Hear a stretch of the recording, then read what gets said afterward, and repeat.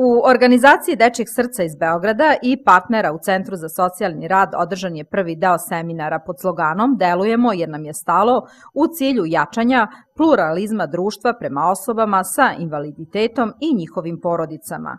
O cilju projekta opširnije je govorila Milena Beočanin, defektolog humanitarne organizacije Dečije srce. Projekat "Delujemo jer nam je stalo" je projekat koji je finansiran od strane Evropske unije u okviru programa Evropskog instrumenta za demokratiju i ljudska prava i uz podršku Ministarstva rada, zapošljavanja i socijalne politike.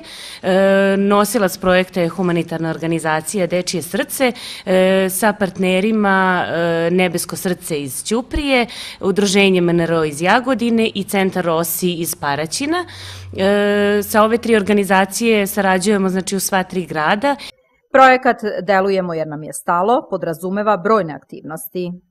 Seminar koji se danas dešava u sali Centra za porodični smeštaj i usvojenje je seminar koji je dvodnevni, namenjen je organizacijama civilnog društva i cilj ovog projekta jeste upravo jačanje kapaciteta organizacija civilnog društva za pokretanje i različitih usluga i njihovo umrežavanje i prosto za pokretanje nekih različitih aktivnosti. Današnja tema, samo da spomenem da seminare drže eksperti iz oblasti socijalne zaštite i današnja tema jeste baš i standardi usluga socijalne zaštite kao i formiranje same usluge socijalne zaštite, dok će sutra više biti tema pisanje predloga projekata i na koji način, baš na najpraktičniji način na što treba obratiti pažnju prilikom pisanja projekata i na koji način se on može i predati kod Ministarstva rada, zapošljavanja i socijalne politike.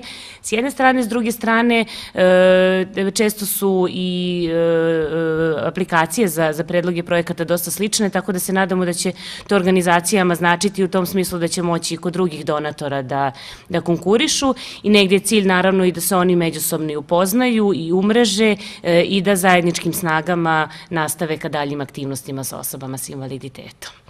Aktivnosti Dečijeg srca nastavljaju se u Ćupriji u novembru i decembru seminarom za nastavnike iz redovnih škola sa ciljem da se rešavaju problemi dece sa smetnjama u razvoju kao i pozitivno promovisanje osoba sa invaliditetom.